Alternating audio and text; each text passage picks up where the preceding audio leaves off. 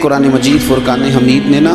جو نبی اور امتی کا تعلق بیان کیا ہے وہ یہ ہے کہ النبی اولیٰ بالمؤمنین من انفسہم، فرمایا یہ نبی تو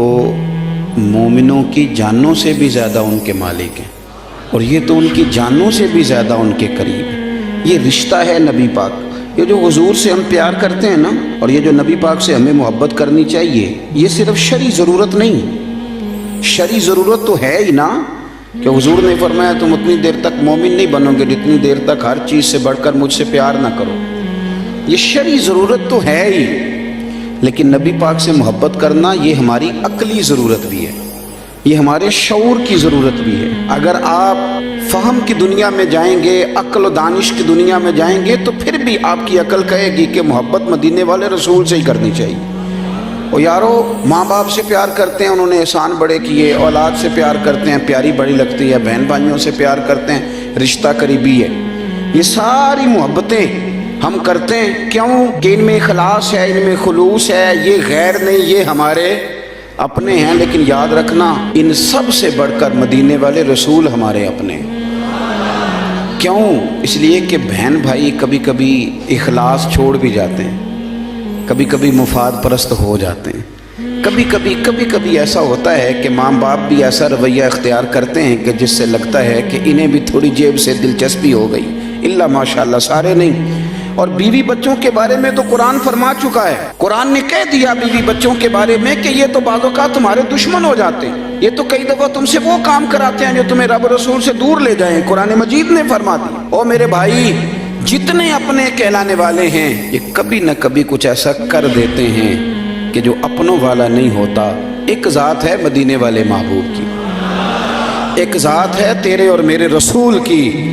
کہ جنہوں نے کرم ہی فرمایا ہے، جنہوں نے فضل ہی فرمایا ہے، جنہوں نے رحمت ہی فرمائی۔ اور نبی پاک صلی اللہ تعالیٰ علیہ وسلم فرمانے لگے میرے غلاموں سنو، میری اور تمہاری مثال تو گویا اس طرح ہے کہ جس طرح کسی آدمی نے آگ جلائی تھی تو پتنگے اس میں گرنے لگے تھے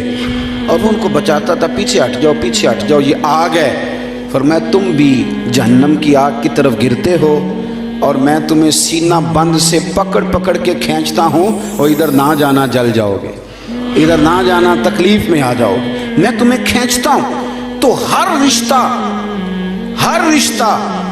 کسی نہ کسی موقع پر بغاوت کر سکتا ہے، دور ہو سکتا ہے، وہ مدینے والے محبوب کی ذات ہے۔ زندگی سنوارنے کا سلیقہ بھی دیا، سارے قبر میں چھوڑ کے آ گئے اور جب آنکھ کھلی تو جلوہ والضحیٰ نگاہوں کے سامنے موجود تھا۔ یہ صرف ذات مصطفیٰ ہے، صرف ذات مصطفیٰ ہے، فقط یہ حضور کی ذات والا صفات ہے کہ میرے بھائی میزان عمل پہ گئے تو مدینے والے وہاں بھی موجود،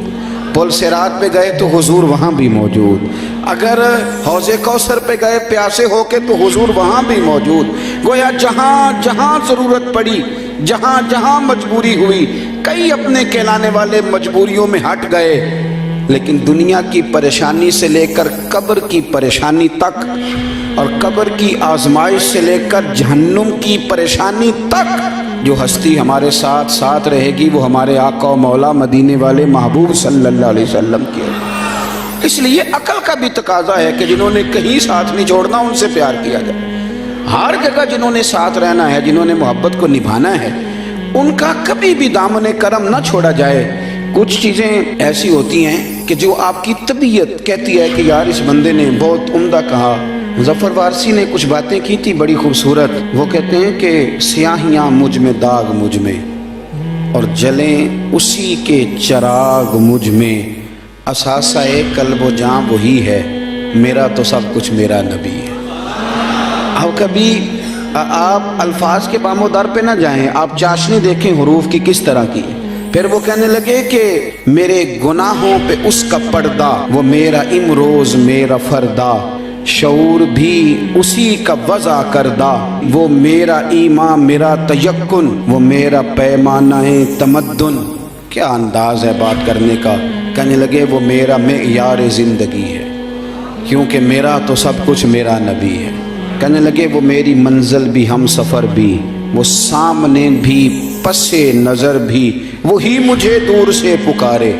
اور اسی کی پرچھائیاں روح پر بھی وہ رنگ میرا، وہ میری خوشبو، میں اس کی مٹھی کا ایک جگنو،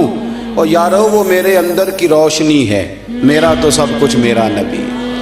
وہ تو میرے اندر کی روشنی ہے، میرا تو سب کچھ میرا نبی ہے۔ اور پھر کہنے لگے اسی کے قدموں میں راہ میری، اسی کی پیاسی ہے چاہ میری، اسی کی مجرم میری خطائیں اور اسی کی رحمت گواہ میری، اسی کی مجرم میری خطائیں اور اسی کی رحمت گواہ میری۔ کہنے لگے اسی کا غم مجھ کو ساتھ رکھے، وہی میرے دل پہ ہاتھ رکھے، وہ درد بھی ہے پر سکون بھی ہے، میرا تو سب کچھ میرا نبی ہے۔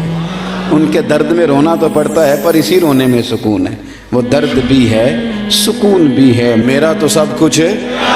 میرا نبی ہے۔ اور پھر کہنے لگے ازل کے چہرے پہ نور اس کا،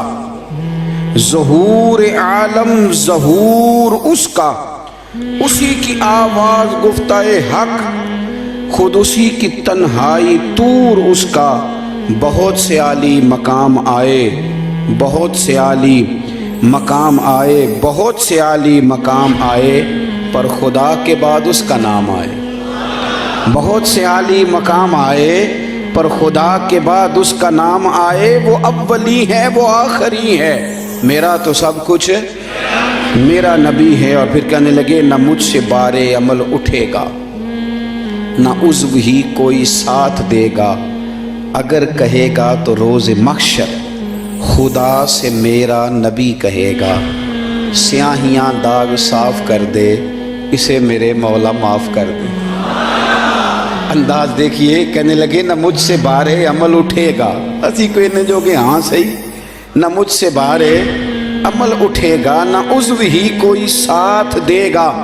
اگر کہے گا تو روز محشر خدا سے میرا نبی کہے گا، سیاہیاں داغ صاف کر دے، اسے میرے مولا معاف کر دے، کیونکہ یہ میرا عاشق ہے وارثی ہے۔ تھوڑا سا مظفر وارثی سے معذرت کے ساتھ، یہ میرا عاشق ہے قادری ہے، میرا تو سب کچھ میرا نبی ہے۔